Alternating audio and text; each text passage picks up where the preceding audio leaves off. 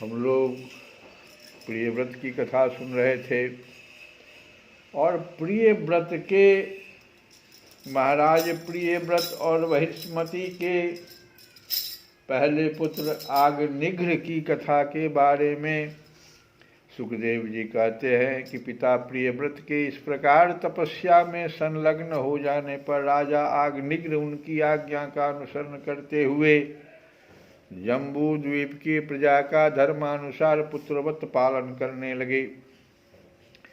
एक बार वे पितृलोक की कामना से सतपुत्र प्राप्ति के लिए पूजा की सब सामग्री जुटाकर सुर सुंदरियों के क्रीड़ा स्थल मंदराचल की एक घाटी में गए और तपस्या में तत्पर होकर एकाग्र चित्त से प्रजापतियों के पति श्री ब्रह्मा जी की आराधना करने लगे। आदिदेव भगवान ब्रह्मा जी ने उनकी अभिलाषा जान ली, अतः अपनी सभा की गायिका पूर्वचित्ती नाम की अप्सरा को उनके पास भेज दिया। आग्निघ्र जी के आश्रम के पास एक अति रमणीय उपवन था। उसी में वह अप्सरा विचरने लगी। उस उपवन में तरह तरह के सघन तरुवरों की शाखाओं पर स्वर्ण लताएं फैली हुई थी। उन पर बैठे हुए मयूर आदि कई प्रकार के स्थलचारी पक्षियों के जोड़े सुमधुर बोली बोल रहे थे। उनकी खरजाति स्वर युक्त ध्वनि सुनकर सचेत हुए जल कुक्कुट, कारंडव एवं कलहंस आदि पेयजल पक्षी भांति भांति से कूजने लगते थे। इससे वहाँ के कमल वन से सुशोभित निर्मल सरोवर गूंजने लगता था। पूर्वचित्ती की विलासपूर्ण सुललित गतिविधि और पाद विन्यास की शैली से पद पद पर उसके चरण नूपुरों की झनकार हो उठती थी। उसकी मनोहर ध्वनि सुनकर राजकुमार आग्निघ्र ने समाधि योग द्वारा मूंदे हुए अपने कमल कली के समान सुंदर नेत्रों को कुछ कुछ खोल कर देखा तो पास ही उन्हें वह अप्सरा दिखाई दिया। वह भ्रमरी के समान एक एक फूल के पास जाकर उसे सूंघती थी तथा देवता और मनुष्यों के मन और नयनों को आह्लादित करने वाली अपनी विलासपूर्ण गति, क्रीड़ा,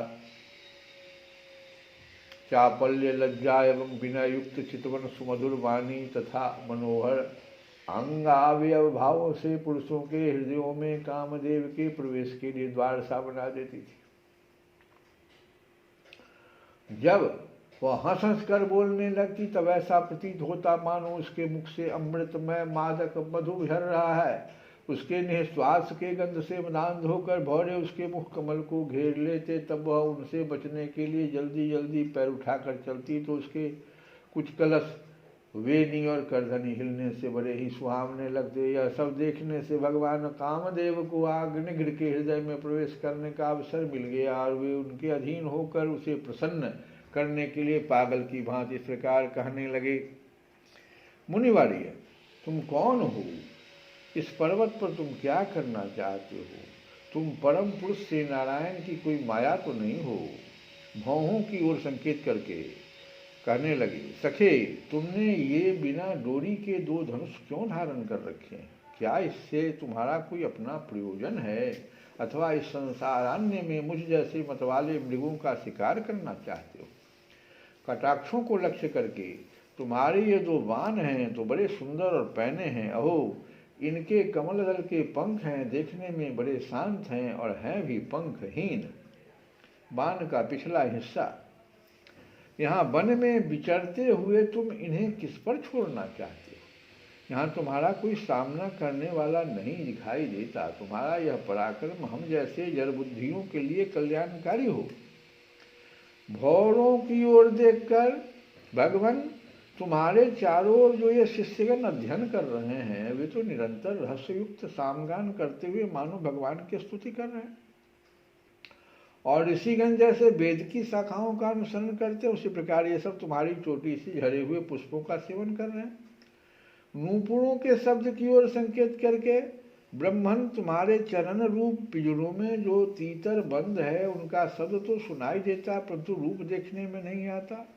करधनी सहित पीली साड़ी में अंग की कांति की उत्प्रेक्षा कर तुम्हारे इस कदम्ब कुसुमों की आभा कहाँ से आ गई? इनके ऊपर तो अंगारों का मंडल सा भी दिखाई देता है कि तो तुम्हारा वल्कल वस्त्र कहाँ है? कुमकुम मंडित कूचों की ओर लक्ष्य करके द्विजवर तुम्हारे इन दोनों सुंदर सिंहों में क्या भरा हुआ है? अवश्य ही इनमें बड़े अमूल्य रत्न भरे हैं, इसी से तो तुम्हारा मध्य भाग इतना कृश होने पर भी तुम इनका बोझा ढो रहे हो। यहाँ आ जाकर तो मेरी दृष्टि भी मानो अटक गई है। और सुभग, इन सिंगों पर तुमने यह लाल लाल लेप सा क्या लगा रखा है? इसकी गंध से तो मेरा सारा आश्रम महक उठा है। मित्रवर, मुझे तो तुम अपना देश दिखा दो, यहाँ के निवासी अपने वक्षस्थल पर ऐसे अद्भुत अवयव धारण करते हैं जिन्होंने हमारे जैसे प्राणियों के चित्तों को शुद्ध कर दिया है।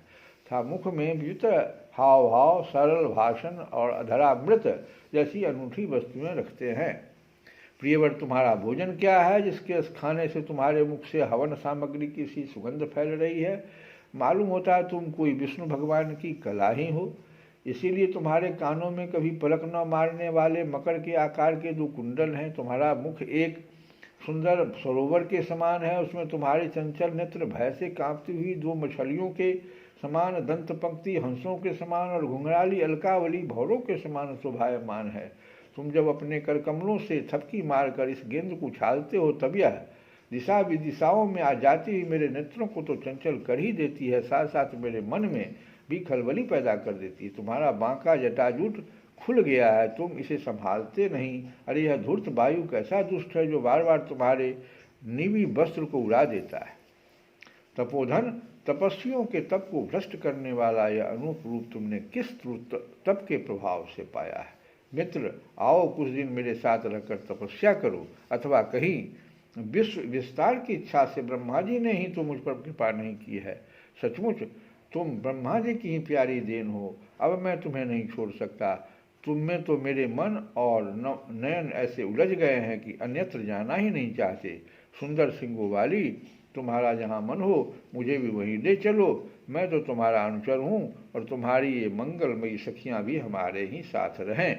सुखदेव जी कहते हैं कि राजन, आग्निग्न देवताओं के समान बुद्धिमान और स्त्रियों को प्रसन्न करने में बड़े कुशल थे। उन्होंने इसी प्रकार की अति चातुर्यमयी मीठी मीठी बातों में उस अप्सरा को प्रसन्न कर लिया। वीर समाज में अग्रगण्य आग्निग्र की बुद्धि, शील रूप अवस्था, लक्ष्मी और उदारता से आकर्षित होकर उन जम्बू द्वीपाधिपति के साथ कई हजार वर्षों तक पृथ्वी और स्वर्ग के भोग भोगती रही। तदंतर नृपवर आग्निग्र ने उसके गर्भ से नाभि, देखो नाभि, जो राजा नाभि का नाम सुना होगा, तो नाभि यहीं से आए हैं। नाभि, किम पुरुष, हरिवर्ष, इलावृत, रम्यक, हिरण्यमय, कुरु, भद्राश्व और केतुमाल नाम के 9 पुत्र उत्पन्न किए। इस प्रकार 9 वर्ष में प्रतिवर्ष एक के क्रम से 9 पुत्र उत्पन्न कर पूर्व चित्ती उन्हें राजभवन में ही छोड़कर फिर ब्रह्मा जी की सेवा में उपस्थित हो गई। ये आग्निग्र के पुत्र माता के अनुग्रह से स्वभाव से ही सुडौल और सबल शरीर वाले थे। आग्निग्र ने जम्बू द्वीप के विभाग करके उन्हीं के समान नाम वाले 9 वर्ष भूखंड बनाए। 9 वर्ष मतलब 9 भूखंड बनाए और उन्हें एक एक पुत्र को सौंप दिया। तब वे सब अपने अपने वर्ष का राज्य भोगने लगे, अपने अपने भूखंड का राज्य भोगने लगे। महाराज आग्निग्र दिन दिन भोगों को भोगते रहने पर भी उनसे अतृप्त ही रहे। वे उस अप्सरा को ही परम पुरुषार्थ समझते थे, इसलिए उन्होंने वैदिक कर्मों के द्वारा उसी लोक को प्राप्त किया जहाँ पितृगण अपने सुकृतों के अनुसार तरह तरह के भोगों में मस्त रहते हैं। पिता के परलोक सिधारने पर नाभि आदि 9 भाइयों ने मेरु की मेरु देवी, प्रतिरूपा, उग्र दंष्ट्री, लता, रम्या, श्यामा, नारी, भद्रा और देववीति नाम की 9 कन्याओं से विवाह किया। तो ये आज की कथा हम लोग सुने। अब आगे राजा नाभि की कथा सुनेंगे कल, क्योंकि नाभि बड़े ही यशस्वी राजा थे। एक भजन हम लोग गाएं। ऐसी हरि करत दास पर प्रीति, ऐसी हरि करत दास पर निज प्रभुता विसारी जन के बस होत सदा यह रीति, ऐसी हरि करत दास पर प्रीति, ऐसी हरि करत दास पर प्रीति। जिन बांधे सुर असुर नाग नर प्रबल करम की डोरी,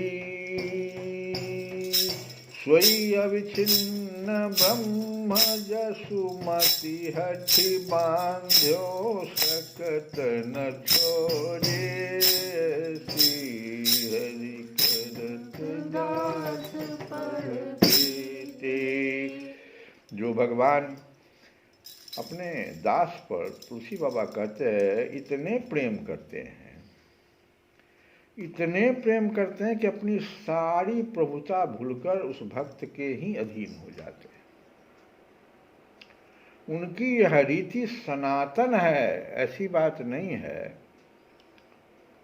कि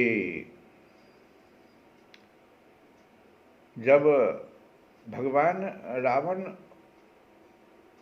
को युद्ध में रावण के राज्य को समाप्त कर दिए तो दशरथ जी वहां आ गए,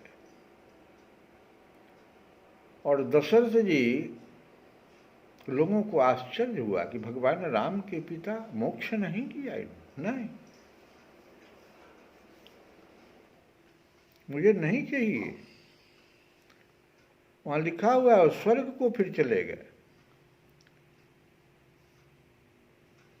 भगवान भक्तों के अधीन हो जाते हैं। वो द्रौपदी के समय में भी हम लोगों ने देखा, उसका वस्त्र बन गया, जिसमें कि द्रौपदी उस समय में पूर्णतया अशुद्ध थी, वस्त्र बन के उसके शरीर से टकराते हुए वो जा रहे थे। भगवान गर्भस्थ हो गए, जबकि हम कई बार बताए हैं कि भगवान गर्भस्थ होते ही नहीं है, प्रकट कृपाला दीन दयाला। भगवान तो प्रकट होते हैं, भगवान गर्भस्थ कभी नहीं होते, माया आ जाती है पहले दिखाने के लिए। तो भगवान तो इतने ज्यादा न अपने भक्त के अधीन है। वही तुलसी बाबा कहते हैं, श्री हरि अपने दास पर इतना प्रेम करते हैं, इतना प्रेम करते हैं कि अपनी सारी प्रभुता भुलाकर उस भक्त के ही अधीन हो जाते हैं। यह इनकी सनातन रीति है। जिस परमात्मा ने देवता, दैत्य, नाग और मनुष्यों की कर्मों की बड़ी मजबूत डोरी में, सबको देखो भगवान बड़े मजबूत डोरी में बांध रखा है, देवता को, दैत्य को, नाग को, मनुष्य को, और उसी अखंड पर ब्रह्म को यशोदा जी देखो प्रेम के बस। यशोदा जी ने प्रेमवश जबरदस्ती उखल से ऐसा बांध दिया कि जिसे वे खोल भी नहीं सके, ऐसी हरि करत दास पर।